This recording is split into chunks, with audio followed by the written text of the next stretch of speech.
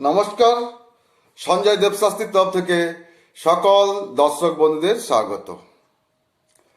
রোগ, মানুষের জীবনে রোগ খুব যন্ত্রণাদায়ক, যে কোনো রোগ। তবে যে রোগের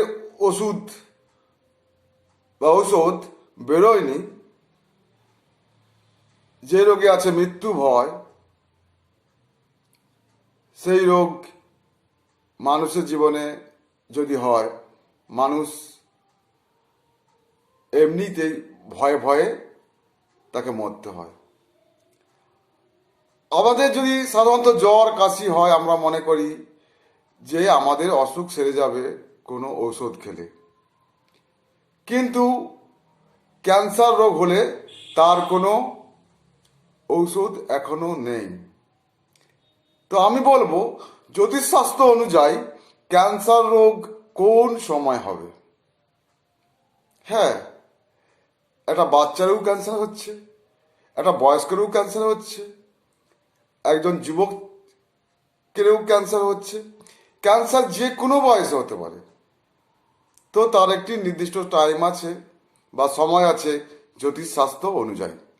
তো আমি বলবো, ক্যান্সার রোগ কোন সময়ে হয়। অতিরিক্ত উত্তেজনা থেকে ইরিটেশন হয়ে রক্ত দূষিত প্রবল হয়ে ক্যান্সার রোগ হতে পারে। জ্যোতিষশাস্ত্র মতে মেষ ও বৃশ্চিক রাশি এবং চন্দ্র ও মঙ্গল ভীষণভাবে পীড়িত হয়ে লগ্নে এবং ষষ্ঠ ভাবের সাথে অশুভ সম্পর্ক স্থাপন করলে ক্যান্সার রোগ হতে পারে। মঙ্গলকেই প্রধান দায়ী করা যায় ক্যান্সার রোগের। এই রোগ তখনই দেখা যাবে যখন দুর্বল মঙ্গলের দশা চলছে, বা যে গ্রহের দশা চলছে তিনি যে কোনোভাবেই হোক মঙ্গল কীর্তক যুক্ত বা দৃষ্ট, বা মঙ্গলের নক্ষত্রে অবস্থিত। বলে রাখা ভালো যে যে গ্রহে জন্মকালীন মঙ্গলের ঘরে বা মঙ্গল নক্ষত্রে ছিলেন, সেই গ্রহটির মধ্যে ক্যান্সারের বীজ থাকবে বা থাকতে পারে। এর সাথে চন্দ্রের সাথে মঙ্গলের ষষ্ঠ অষ্টম সম্পর্ক জন্মকালীন থেকে যখনই গোচরে এরা ওইরূপ সম্পর্ক করেন, তখনই ক্যান্সার রোগে আক্রান্ত হতে দেখা যায়।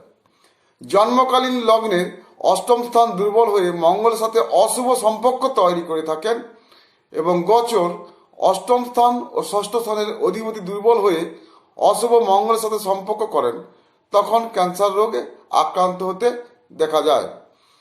ক্যান্সার নিঃসন্দেহে এমনি একটা রোগ যা জীবনের অভিশাপ, সন্দেহ নেই। বর্তমান দিনে চিকিৎসা শাস্ত্রের অগ্রগতিতে ক্যান্সার ভালো করবার চেষ্টা চালিয়ে যাচ্ছেন চিকিৎসকরা। অনেক জায়গায় তারা সফল, কিন্তু ঈশ্বরের সৃষ্ট মানব ভাগ্যকে কে ঠেকাবে। ক্যান্সার যদি প্রবল হয় তাহলে মৃত্যুর কবলে যেতেই হয়। কোনো সময় তা ঘটতে পারে, তা তো বললাম। অবশ্যই ক্যান্সার কোন সময় হবে যা জ্যোতিষশাস্ত্র মতে আমি বললাম। সবাই ভালো থাকবেন, সুস্থ থাকবেন।